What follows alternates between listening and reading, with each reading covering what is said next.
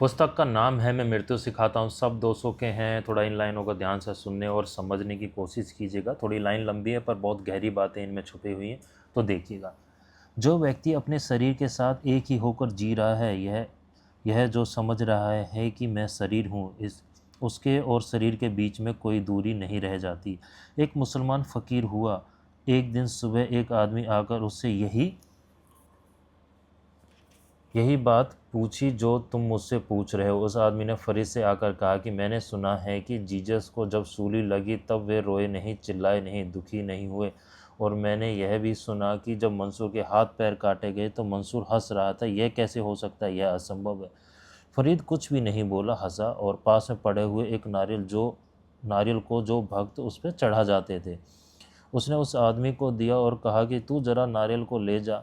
यह एक कच्चा नारियल है, तो इसे तोड़कर ले आ। ध्यान रखना गिरी न टूट जाए। ऊपर की खोल अलग कर देना, गिरी को साबित ले आना। उस आदमी ने कहा यह नहीं हो सकेगा क्योंकि कच्चा है नारियल के गिरी और उसकी खोल के बीच फासला नहीं है।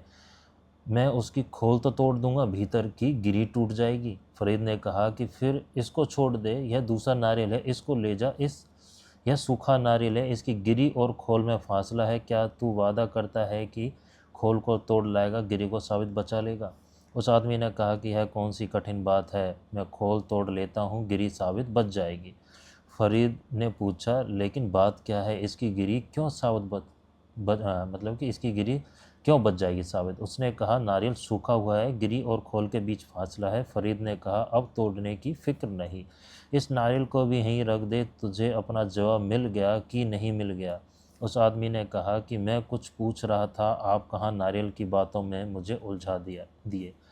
मैं पूछता हूँ कि जीसस को जब सूली लगी, जीसस चिल्लाए क्यों नहीं, रोए क्यों नहीं? और जब मंसूर के हाथ पैर काटे गए तो मंसूर तड़पा क्यों नहीं, हंसा क्यों, मुस्कुराया क्यों? फरीद ने कहा कि वे सूखे नारियल थे और हम गीले नारियल हैं। इससे ज़्यादा और कोई बात और कोई कारण नहीं है। जब जीसस को सूली दी जा रही तो जीसस को नहीं दी जा रही थी, जीसस देख रहे थे कि शरीर को सूली दी जा रही, और देखने में वे उतने ही फासले पर थे जितने जीसस के बाहर खड़े हुए लोग फासले पर थे। जैसा बाहर खड़ा हुआ कोई आदमी नहीं चिल्लाया, कोई आदमी नहीं रोया कि मुझे मत मारो। क्यों? क्योंकि जीसस के शरीर से उसे देखने वालों का फासला था। जीसस का भी जो भीतर देखने का तत्व है उसका और जीसस के शरीर का फासला था, इसलिए जीसस नहीं चिल्लाए कि मुझे मत मारो। मंसूर के हाथ पैर काटे गए और मंसूर हंसता रहा। और किसी ने पूछा कि तुम हंस क्यों रहे हो, तुम्हारे हाथ पैर काटे जा रहे हैं। तो मंसूर ने कहा अगर मुझे काटा जाता तो मैं रोता, लेकिन मुझे नहीं काटा जा रहा। जिसे तुम काट रहे हो ना समझो, वह मैं नहीं हूँ। और मैं तुम पर इसलिए हंस रहा हूँ कि जब तुम मेरे शरीर को मंसूर समझकर काट रहे हो तो तुम दुखी होकर ही मरोगे, क्योंकि तुम अपने शरीर को भी स्वयं ही समझते रहोगे कि तुम वही हो। तुम मेरे साथ जो कर रहे हो वह तुम्हारे अपने शरीर के साथ की गई गलती की ही पुनरुक्ति है। अगर तुम्हें पता चल गया होता कि तुम शरीर से अलग हो तो शायद तुम मेरे शरीर को काटने की कोशिश नहीं करते, क्योंकि तुम जानते हो मैं तो कुछ और हूँ, शरीर कुछ और है, और शरीर को काटने से मंसूर नहीं करता। तो सबसे बड़ी तैयारी मृत्यु में जागे हुए प्रवेश करने की, दुख में जागे हुए प्रवेश करना है। क्योंकि मृत्यु तो बार बार नहीं आती, रोज़ नहीं आती, मृत्यु तो एक बार आएगी। आप तैयार हो तो तैयार हो, नहीं तैयार हो तो नहीं तैयार हो। मृत्यु का कोई रिहर्सल नहीं हो सकता, उसकी कोई पूर्ण अभिनय की तैयारी नहीं हो सकती।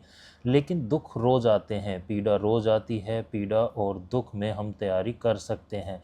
ध्यान रहे अगर पीड़ा और दुख में तैयारी हो गई तो मृत्यु में वह तैयारी काम आ जाएगी। लाइनें बहुत गहरी हैं, वीडियो को रोकिए और ध्यान से समझिए। थोड़ी शायद वीडियो लंबी होगी, समझने की कोशिश कीजिएगा। बस इसमें यही समझाया गया है कि आप मृत्यु में जागे रहें। यदि जागे रहोगे तो आपको पता चलेगा कि शरीर अलग है, आत्मा अलग है। तो शरीर और आत्मा और अपने अंदर झांक के देखिए।